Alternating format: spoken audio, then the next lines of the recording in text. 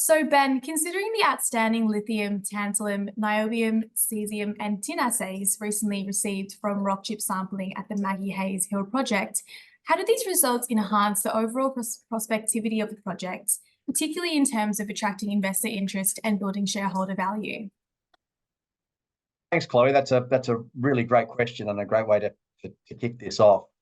So we acquired the Maggie Hills project back in January, and we've been working it extremely hard over the last 3 months. So it's only 3 months, and I think that we've advanced the project considerably. And as you said, we announced the rock chip results yesterday. And what that really says to us is that we're sitting on top of a lithium trend or a lithium system.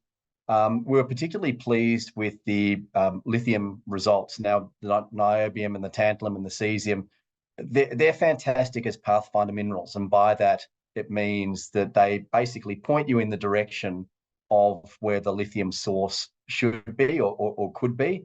Now, in exploration, as we know, there's never any certainties, but we think that these rock chips really help.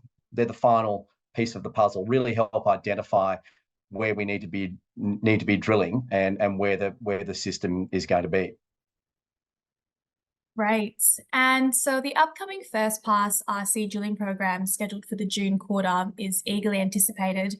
Could you provide insights into the strategic targets selected for drilling and how the results from this program might impact the company's trajectory in the lithium exploration space?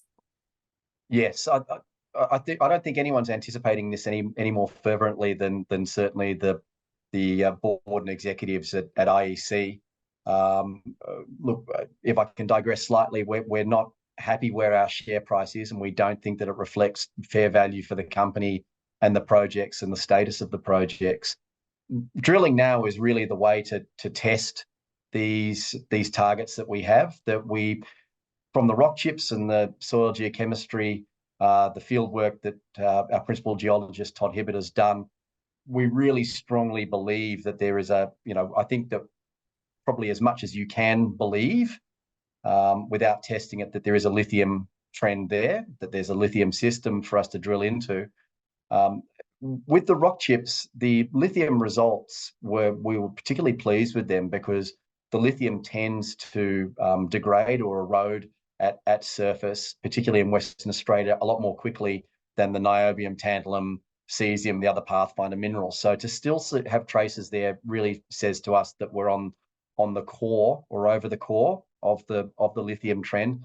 Now, the only way to test that is by RC drilling, and we think that this first pass is aimed at proving that there is a viable system there. And so, Ben, the position of the IEC project to the recently acquired Mineral Resources Regional Lithium Processing Hub presents an intriguing opportunity. How does this proximity potentially streamline the development process for IEC, and what benefits do you foresee for the company and its shareholders? Yeah, I think that this is we've been very lucky in this. Sometimes people say you'd rather be lucky than good. The first thing is that we want to prove that there is a sizable quantity of lithium in this system that we've identified, and the drilling will do that. Now, if we can jump forward and on the basis that we are successful in the drilling, as you would be aware, Chloe, that there's a number of stages to the company's development. Obviously, we're in the exploration phase. The next stage, if we can prove that there is a mineral resource there, is the development and production of that. And as you would know, the board has made no secret that we want to be a producing company. One of the things that people are always concerned about is the cost of development and the cost of processing.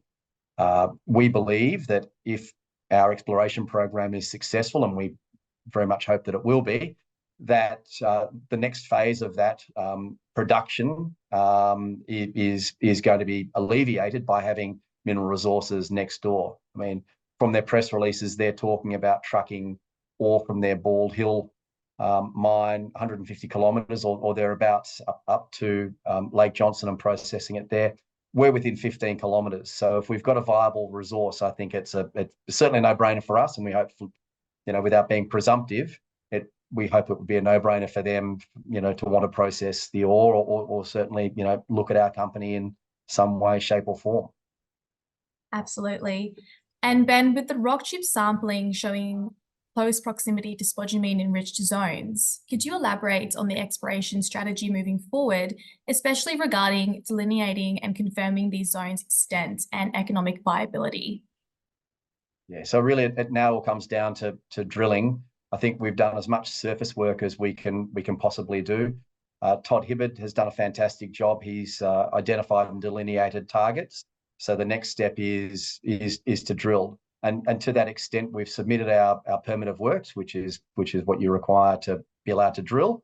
And then we were also engaging with the local Indigenous peoples, and we have quite a good relationship. They're very good to deal with, and now we'll be working towards getting heritage clearance. Once we have those two primary things squared away, then we'll look to drill, and that's really going to be the test of what is there and how economic it is.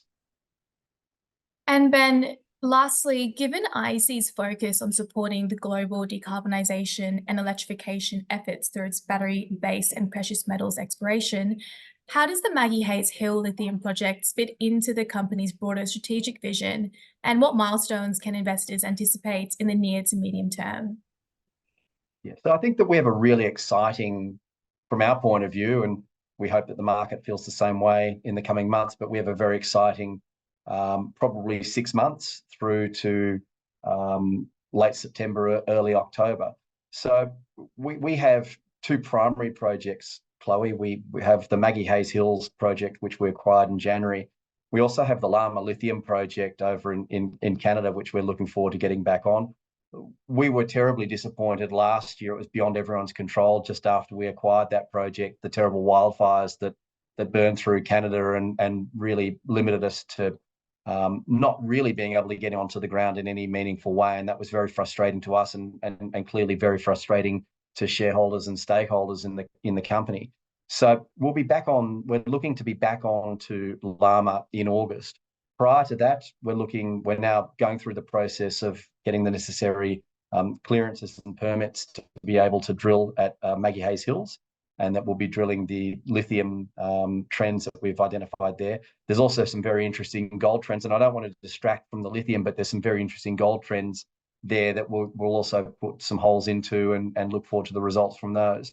So that should take us through to the end of June, the first pass drilling program there. And that's only another couple of months from now. Receiving the assays back, that'll take sort of 4 to 6 weeks. And that's the end of July. Then early August, we're scheduled to get on to Llama, and we've got about a month's work planned for there, and then receiving the results from that into early September.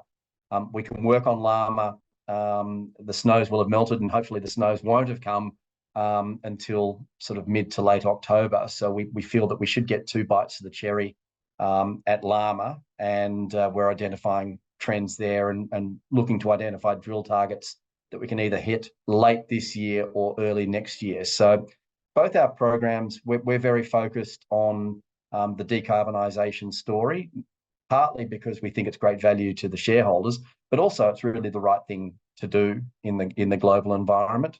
And companies should be leading the way on decarbonising and reducing our carbon footprint. So with Llama and Maggie Hills, we think that we've got 2 excellent projects. We'll work Maggie Hills as hard as we possibly can over the coming months, and then when the window opens, we'll be straight onto Llama in August and working that. Exciting times ahead for IEC. Well, Ben, thank you very much for your time today. Thank you very much, Chloe.